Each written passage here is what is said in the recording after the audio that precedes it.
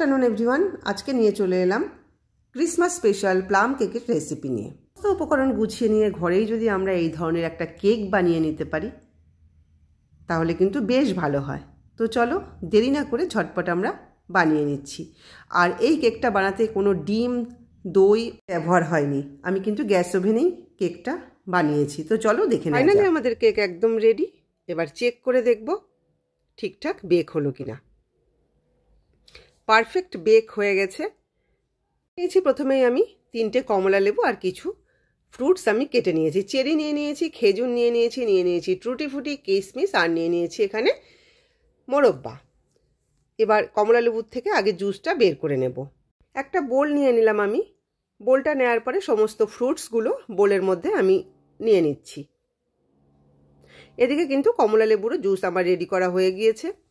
এখানে তোমরা চাইলে কিন্তু বাজার থেকে কিনে নিয়ে এসো যে কোনো ফ্রুটসের জুস দিয়ে তোমরা এই কেকটা বানাতে পারো। তো এখন যেহেতু ফ্রেশ কমলা লেবু পাওয়া যাচ্ছে তো ফ্রেশ জুসটা নেওয়াই ভালো। তো সমস্ত উপকরণ আমি জুসে ভিজিয়ে 4 থেকে 5 ঘন্টা রেখে দেব। অবশ্যই কিন্তু ভালো করে মিশিয়ে নিয়ে ঢাকা দিয়ে 4 থেকে 5 ঘন্টার মতো রেখে দিলে ভালো হবে। যদি তোমাদের হাতে একদমই সময় কম থাকে তবে 2 ঘন্টা কিন্তু ভেজাতেই হবে। এছাড়া আমি সমস্ত উপকরণ গুছিয়ে নিয়েছি। এখানে আমি নিয়ে নিয়েছি 2/3 কাপ রুম টেম্পারেচারে থাকা দুধ আর নিয়ে নিচ্ছি এখানে ভিনিগার। এখানে আমি 1 ঢাকনা ভিনিগার দিয়ে বাটার মিল্ক তৈরি করে নিচ্ছি। আর এখানে তোমাদের হাতে যদি ভিনিগার না থাকে বা তোমাদের কাছে যদি ভিনিগার না থেকে থাকে তাহলে তোমরা এখানে একটা লেবুর রসও তোমরা এখানে ব্যবহার করতে পারো, মানে 1 টিস্পুন মতো লেবুর রস ব্যবহার করলেই হয়ে যাবে। এদিকে এবার আমি কেক টিনটা রেডি করে নেব। আমি এখানে 1.5 কাপ ময়দার কেক বানাবো, তো আমি একটু বড় কেক নিয়েছি, মানে মিডিয়াম সাইজের যে কেক টিনটা সেই টিনটা নিয়েছি। আর আমার কাছে কোনো বাটার পেপার নেই, তো A4 সাইজের যে পেপারগুলো হয় সেই পেপারগুলো দিয়েই আমি আজকে কেক টিনটাকে রেডি করে নেব। এইভাবে কাগজটাকে আগে কেটে নেব।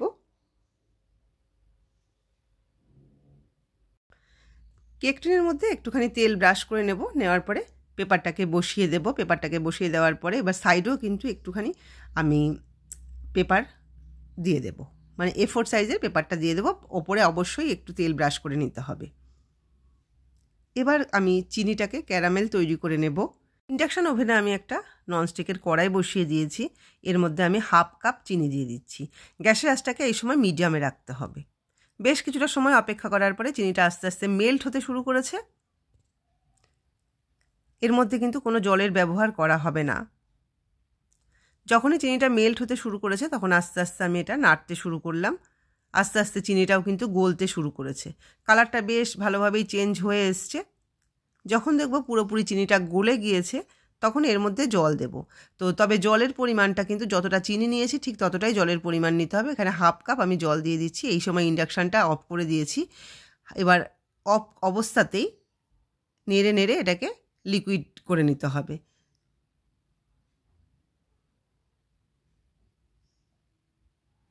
এইভাবে আস্তে আস্তে যে আঠালো ভাবটা এসছে চিনির এটাও কিন্তু পুরো গলিয়ে নিতে হবে। এবার ইন্ডাকশানটাকে অন করে দেবো, তবে গ্যাসের আঁচটাকে কিন্তু মানে ইন্ডাকশানের আঁচটাকে কিন্তু লোতেই রেখে দেব।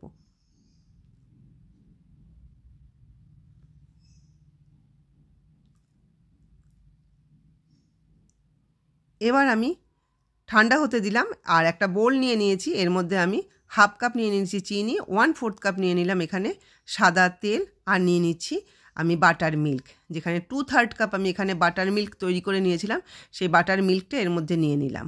এবার একটু নাড়াচাড়া করে এর মধ্যে দিয়ে দিচ্ছি ভ্যানিলা এসেন্স। এখানে 1/2 চামচ থেকেও একটু কম, মানে 1/4 চামচ মতো আমি এখানে নিয়ে নিয়েছি ভ্যানিলা এসেন্স। ভালো করে নেড়ে নেওয়ার পরে এর মধ্যে আমি যেই ফ্রুটসগুলো ভিজিয়ে রেখেছিলাম ফলের রসে, সেই ফলের রসটা এর মধ্যে আমি কিছুটা দিয়ে দিচ্ছি। 4 থেকে 5 ঘন্টা মতো, প্রায় 4.5 ঘন্টা মতো আমি এই ফ্রুটসগুলোকে ভিজিয়ে রেখেছিলাম ফলের রসে। তো এই ফলের যে জুসটা রয়েছে, ভেজানো জুসটা রয়েছে, সেই জুসটা কিছুটা আমি এর মধ্যে দিয়ে দিচ্ছি। এবার আমি এর মধ্যে দিয়ে দেব যেই চিনিটা আমি ক্যারামেল তৈরি করে রেখেছিলাম সেই ক্যারামেলাইজড চিনিটা আমি এর মধ্যে দিয়ে দিচ্ছি। এবার খুব ভালো করে নাড়াচাড়া করে নেব। খুব সুন্দর কিন্তু একটা কালার এসে গেছে। ভালো করে মিশিয়ে নেওয়ার পরে এবার আমি এর মধ্যে ময়দা নিয়ে নেব। আমি এখানে 1.5 কাপ ময়দার কেক বানাবো। এখানে প্রথমে 1 কাপ ময়দা নিয়ে নিলাম। অবশ্যই ময়দাটাকে চেলে নিতে হবে।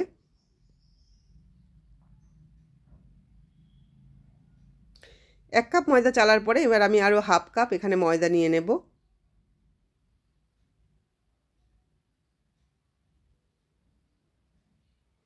সমস্ত ময়দাগুলোকে চেলে নেওয়ার পরে এবার হালকা হাতে আমি মিশিয়ে নেব।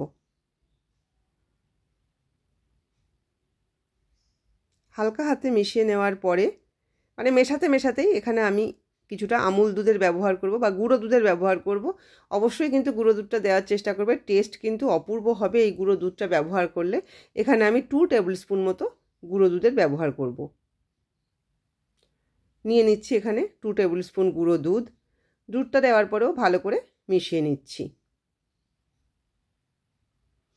তবে এই কাজটা কিন্তু খুব হালকা হাতে করতে হবে। ভালো করে মিশিয়ে নেওয়ার পরে এবার আমি এর মধ্যে দিয়ে দেব আগে থেকে যে ভিজিয়ে রাখা ফ্রুটসগুলো, সেই ফ্রুটসগুলো এবার আমি এর মধ্যে দিয়ে দেব। ফ্রুটসগুলো দেওয়ার পরেও খুব হালকা হাতে এবার মিশিয়ে নেব।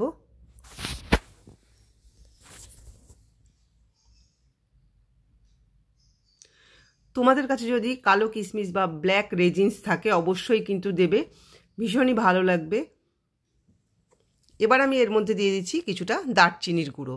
এখানে আমি 1/4 টিস্পুন আমি এখানে দারচিনির গুঁড়ো ব্যবহার করছি এখানে 1/4 টিস্পুন এলাচ গুঁড়ো, আর দিয়ে দেব 1 চিমটি মতো আদার পাউডার। ভালো করে মিশিয়ে নেওয়ার পরে এবার আমি এর মধ্যে দিয়ে দেব কিছুটা জায়ফল। জায়ফলকে একটা গ্রেটারের সাহায্যে অল্প করে গ্রেট করে নিচ্ছি, তবে খুব বেশি দেওয়ার দরকার নেই, খুব অল্প করে দেবে। ফ্লেভারটা কিন্তু ভীষণই ভালো লাগবে এই প্লাম কেকে। অবশ্যই কিন্তু জায়ফল দেওয়ার চেষ্টা করবে। জায়ফলটা দেওয়ার পরেও মিশিয়ে নিচ্ছি। এবার আমি এর মধ্যে কিছু ড্রাই ফ্রুটস ব্যবহার করব। তো এখানে নিয়ে নিয়েছি আমি কাজু, নিয়ে নিয়েছি চাল মগজ, আর নিয়ে নিয়েছি আমন্ড। কুচি কুচি করে কেটে নিয়েছি আমি।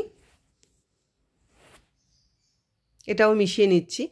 এই প্লাম কেকে ফ্রুটস তোমাদের পছন্দ মতো তোমরা ব্যবহার করতে পারো। তো আমার হাতের কাছে যেই সমস্ত ফ্রুটসগুলো ছিল সেগুলোই আমি ব্যবহার করছি।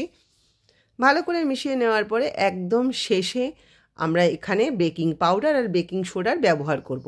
তো এখানে আমি বেকিং পাউডার নিয়ে নিচ্ছি, আর বেকিং পাউডার ব্যবহার করব আমি 1.5 টিস্পুন, মানে 1 টিস্পুন নিয়ে নিলাম, আরও 1/2 টিস্পুন আমি এখানে নিয়ে নিচ্ছি। আর নিয়ে নেব 1/4 টিস্পুনের থেকেও একটু কম আমি এখানে নিয়ে নিচ্ছি বেকিং সোডা। এর উপরে আমি 1 ঢাকনা মতো দিয়ে দেব ভিনিগার।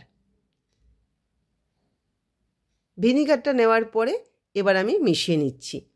ফাইনালি আমাদের কেক ব্যাটারের জন্য সমস্ত কিছুই দেওয়া হয়ে গিয়েছে, আর কিছু এবার দিতে হবে না। ভালো করে মিশিয়ে নিচ্ছি। মিশিয়ে নেওয়ার পরে এবার আমি একটা কেক টিন আগে থেকেই রেডি করে রেখেছি, সেই কেক টিনের মধ্যে ব্যাটারটাকে ট্রান্সফার করে নেব। এবার সাইডেও কিন্তু আমি A4 সাইজের পেপার দিয়েছি, মানে কেক টিনের সাইডগুলোতেও। তো ঢেলে নিচ্ছি। আর এই দিকে আমি একটা কড়াইতে কিছুটা নুন দিয়ে আমি 10 মিনিটের জন্য প্রিহিট করতে দিয়েছি, বসিয়ে রেখে এসেছি। প্রায় 10 মিনিট হয়ে এসছে। এবার আমি কেক টিনটার ওপরে একটুখানি গার্নিশ করে নিচ্ছি। গার্নিশিংয়ের জন্য আমি নিয়ে নিয়েছি কিছুটা ড্রাই ফ্রুটস। তো এখানে আগে নিয়ে নিচ্ছি আমি এখানে টুটি ফুটি, বেশ কালারফুল লাগে দেখতে। আর কিশমিশ নিয়ে নিচ্ছি কিছুটা কাজু, আর নিয়ে নেব কিছুটা চেরি। সাজানোটা অবশ্যই তোমরা তোমাদের পছন্দ মতো ফ্রুটস দিয়ে সাজিয়ে নেবে। এবার আমি প্রিহিট করা কড়াইয়ের মধ্যে এই কেক টিনটাকে বসিয়ে নেব। খুব ভালো লাগছে দেখো কালারটা, মানে ভীষণই কেকটা কালারফুল হয়েছে। তবে ব্ল্যাক রেজিনস থাকলে কিন্তু আরও ভালো লাগতো। অবশ্যই কিন্তু তোমরা ওটা দেওয়ার চেষ্টা করবে। প্রিহিট করা কড়াইয়ের মধ্যে কিন্তু আমি বসিয়ে দিয়েছি কেক টিনটাকে। এবার একটা ঢাকনা দিয়ে ঢেকে দিয়ে অন্তত 55 থেকে 60 মিনিট এটাকে বেক হতে দিতে হবে। বেশ কিছুটা সময় পরে আমি এসে একবার দেখছি। তো ফাইনালি আমাদের কেক কিন্তু একদম রেডি। এবার একটা টুথপিক দিয়ে আমি দেখে নেব কেকটা ঠিকঠাক বেক হয়েছে কিনা। পারফেক্ট বেক হয়ে গেছে। আমার 55 মিনিট সময় লেগেছে এই কেকটা বেক করতে। এবার এটাকে ঠান্ডা হতে দেবো 1 ঘন্টার জন্য। 1 ঘন্টা পরে ফিরে এলাম, কেকটা বেশ ঠান্ডা হয়ে গিয়েছে। এবার আমরা কেক টিন থেকে বের করে নিচ্ছি। কেক টিন থেকে বের করে নেওয়ার পরে আস্তে আস্তে যে পেপারটা আমি দিয়েছিলাম টিনের মধ্যে, সেই পেপারটাকে আস্তে আস্তে তুলে নিচ্ছি। কেমন লাগলো তোমাদের এই প্লাম কেকের রেসিপিটা অবশ্যই কমেন্ট করে জানাবে। আর যদি ভালো লেগে থাকে তাহলে অবশ্যই লাইক, কমেন্ট, শেয়ার এবং সাবস্ক্রাইব করে নিও চ্যানেলটাকে। আর পাশে থাকা বেলটাও প্রেস করে দিও, যাতে আমার ভিডিওর সমস্ত নোটিফিকেশান তোমরা খুব সহজেই পেয়ে যাও। কেকটা দেখেও তোমরা বুঝতে পারছো কতটা পারফেক্ট হয়েছে আর কতটা ফুলেছে। অবশ্যই একবার ট্রাই করো। তোমরা এখানে যদি দইয়ের ব্যবহার করতে না চাও তাহলে বাটার মিল্ক দিয়ে দিতে পারো। আর বাটার মিল্কও যদি তোমরা এখানে ব্যবহার করতে না চাও তাহলে কিন্তু শেষে একটু ভিনিগারের পরিমাণটা একটু বেশি দিয়ে দেবে, তাহলে কিন্তু কেক একদম পারফেক্ট তৈরি হবে। তো চলো কেকটা এবার কেটে দেখা যাক। ভীষণই ভালো হয়েছে কেকটা, খেতেও কিন্তু বেশ ভালো হয়েছিল। চিনির পরিমাণটা তোমরা তোমাদের পছন্দ মতো দেবে। তো চলো আজকের ভিডিওটা এখানেই এন্ড করছি। ভালো থেকো সকলে, দেখা হবে তোমাদের সাথে নেক্সট ভিডিওতে।